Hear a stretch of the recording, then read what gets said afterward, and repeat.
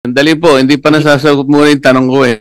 Ay, kayo muna magot sa tanong ko. Kayo po ba ay game developer? Kayo enabler, promoter, and marketer ng online games? Kasi Hindi po. Mr. Chair, parang sila ngayon ang nagigisa eh. That's why I'd like to point out, ano po ba yung limited participation ninyo eh? Kasi ang PAGCOR po ang merong regulatory powers dito eh. Bakit hindi sila yung mauna na mag-regulate? Bakit po yung GCash ang dinidiin natin? Parang nakikita ko, we're all barking on the wrong tree. Yes, but they are the conduit to But online for gambling. the Without- record, I was the one who suggested. Hindi po pwedeng magtaya yung mga bata kung wala yun. Kaya nga po, ang sinasabi ko, i-suspend nila. Tapos na yun. Pag sinuspend nila lahat, yung link, so wala na pong magbabayad. At the very least, merong provisional tayong nagawa ngayon. May provisional measure that we have done.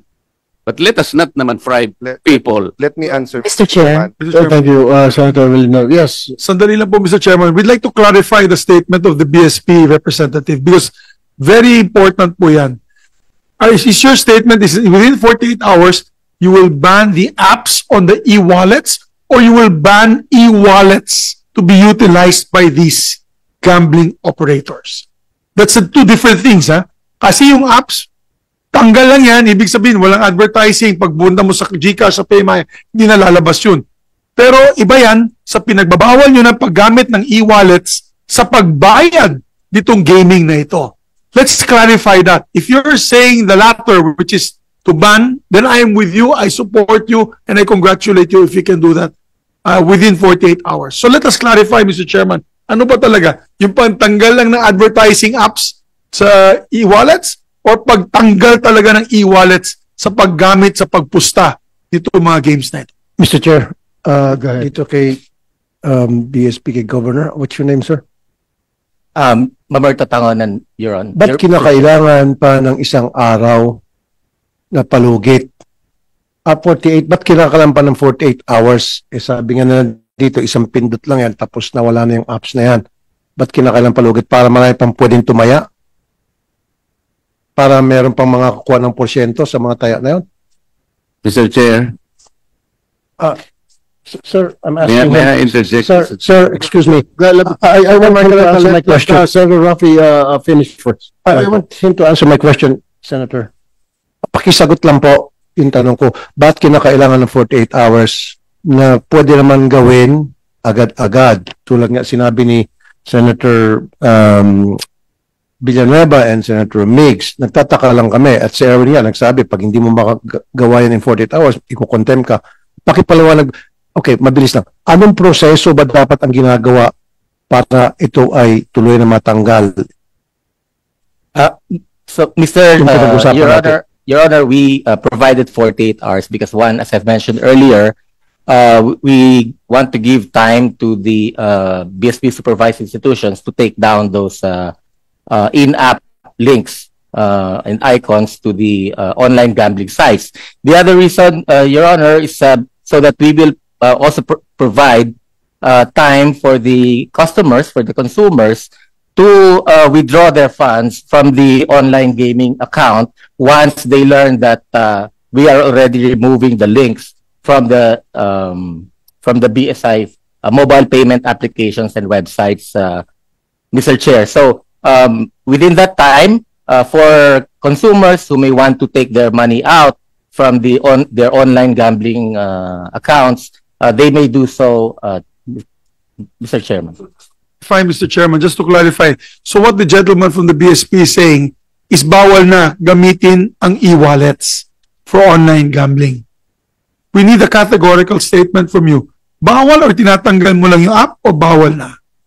We're removing the in-app links po from the Not the use. websites. Not the use. Because what happens now if they want to go into a scatter or whatever game and it says there how to pay using PayMaya, GCash, nandun pa yun. So are you telling us you're just taking out the app but you're not taking out the use, being able to use that app, wallet to pay the account?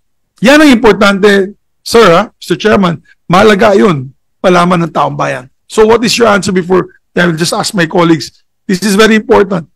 Are we going to ban now the e-wallets from being utilized for online gambling payments? Mr. Chair, before he answers, because I'd like to put this in the proper perspective, this representation was the one who this morning made the suggestion, considering that the PAGCOR and the ICT has yet to do some struggling on how to regulate the online games operators. Ang sabi ko nga, maybe BSP should issue a suspension order to all wallet platforms like Paymaya, GCash, etc., to suspend their links to all online gambling operations. Yun po yun eh. Hindi ko alam na bakit sila po yung parang nagigisa ngayon samantalang they're only I think they have only a very limited participation. Sir, are you a game developer? Are you an enabler? Are you a promoter? Di ba ang pinag-uusapan natin dito, Mr. Chair, mga online game gambling operators? Senator Marcoleta, let's just clarify this. Kasi sila yung nagbigay ng pahintulot o lisensya sa mga e-wallets. Pero kasama po ba sa paglilisensya ninyo na pumasok sila sa sugalan, BSP Governor, sir? Did you allow them? I mean, meron po ba kayong go signal to include online gambling sa e-wallets? Did you do that? Kasi alam ko po, e-wallet para padala ng pera, di po ba? Bakit po pumayag kayo? I mean, this has been going on for several years now. Mr. Chair, we allowed them to send funds or to remit funds to legal and Pero po, bilisan na po natin. Pinayagan niyo ba sila na maglagay ng gambling? Pinayagan po ninyo? Yes or no, sir? Yes or no? Did you? Yes. Did you or did you not? Para malinaw po tayo. May katanungan po Senator Marcoleta. At magtatanong pa po Senator Cayetano, di pa po kami tapos sa PAGCOR. Just answer yes or no. Pinayagan niyo ba? Sandali po, hindi pa nasasagot muna yung tanong ko eh. Kayo muna sumagot sa tanong ko. Kayo po ba ay game developer? Kayo ay enabler, promoter, and marketer ng online games? Kasi hindi po. Mr. Chair, parang sila ngayon ang nagigisa eh. That's why I'd like to point out, ano po ba yung limited participation ninyo eh? Kasi ang PAGCOR po ang merong regulatory powers dito eh. Bakit hindi sila yung mauna na mag-regulate? Bakit po yung GCash ang dinidiin natin? Parang nakikita ko, we're all barking on the wrong tree. I just made a suggestion this morning but I did not expect na sila yung gigisahin natin. Hindi po sila yung operator eh. Ang kanila, sa akin po pagkakaunawa, the participation of GCash occurs only at the point where lawful payment facilitation is performed. And GCash has employed stringent regulatory and compliance control. So, bakit sila yung receiving end? Ito lang naman ang punto. Let us be very reasonable here. Don't be harsh on anybody. Yung PAGCOR ang uunahin natin dito. Sila yung nag-breakdown ng regulation. If they cannot regulate their own accredited and approved online game operators, at sinasabi nila ngayon dito, Mr. Chair, ang problema yung pong mga illegal, bakit hindi po nyo puntahan ng mga platforms, Mr. PAGCOR? Eh, ang mga platforms, kabisado naman natin kung sino-sino sila. Ito yung Google Pay. Ito yung Amazon, ito yung Facebook, ito yung Twitter.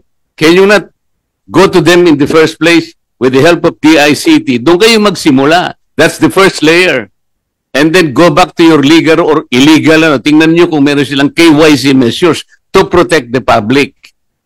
Why are we frying the e-wallet? Wala po akong nakikitang participation nila sa e-gambling or whatever. Yes, but they are the conduit to but gambling. For the record, I was the one who suggested. Hindi po pwedeng magtaya yung mga bata kung wala yung... Kaya nga po, ang sinasabi ko, i-suspend nila. Tapos na yun. Pag sinuspend nila lahat, yung link, so wala na pong magbabayad. At the very least, merong provisional tayong nagawa ngayon. May provisional measure that we have done. But let us not naman fry people. Let me answer. Mr. Chair. Bakit nag-isa? Yeah. So, Let me, with your permission, dahil ako ako po yung medyo uminitulo. First and foremost, tama po, Senator Marcoleta, ikaw nag-suggest. Ang kasalanan ko, I take all of your suggestions seriously.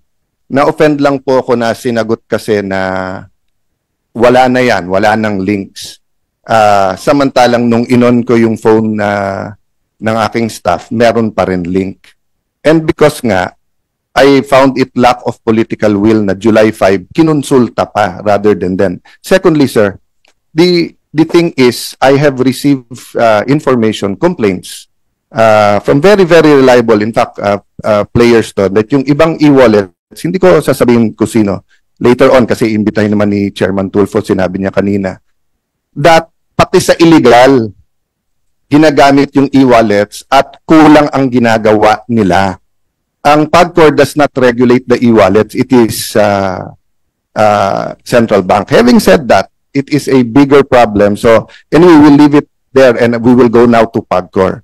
So, with that, pasensya ka na, Senator Marcoleta, we're not passing the blame to central bank, but we're sharing the blame with I share the blame with all of you. Dapat talaga nung pinasa yung PAGCOR law, tinanggal kasi dito sa Senate yung yung internet. Nakaban yun talaga nung 2007 law.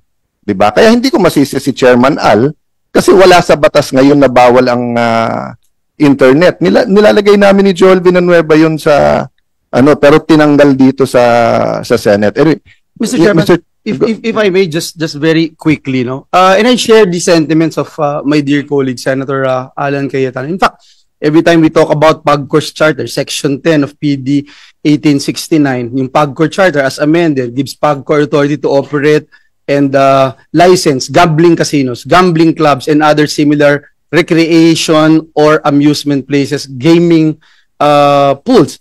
Wala dito yung online di ba? Hindi natin yan. But I will go to that. Tayo sa House, nilagay natin yon. I remember sa BICAM, natanggal dito sa Senate. But at that time, hindi pa naman natin alam yung apps, hindi pa natin alam yung Paymaya, GCash. I remember that, Senator Cayetano. And just to put on record, Mr. Chairman, just like Senator Marcoleta, I share the same thing. I have nothing against e-wallets, etc. It's just that ginagamit sila but it appears that na hindi nagagawa ng regulating body yung dapat niyang gawin. Kanina, uminit din yung ulo ko dahil hindi ko po alam. And I'd like to put this on record because I didn't know these mechanisms. Yung, for example, naglagay na pala ng pera yung mga kababayan natin. Hindi ko alam yun So ngayon ko lang narinig. Have I heard it kanina? Kaya may 48 hours. Hindi ako sasamaan loob Now that you mentioned it, para maprotektahan na yung mga naglagay at makalabas sila, then I understand and I will share now the position of the chair. Yes. Senator Riza's bill time pa. Actually, just put that on record, Mr. Chair. Senator Riza's bill actually includes the ban. So tama yung tanong po ni Senator Migs na, sir, when will the central bank decide whether on your own, under the law, you can do that now will you ban the use of e-wallets for gaming?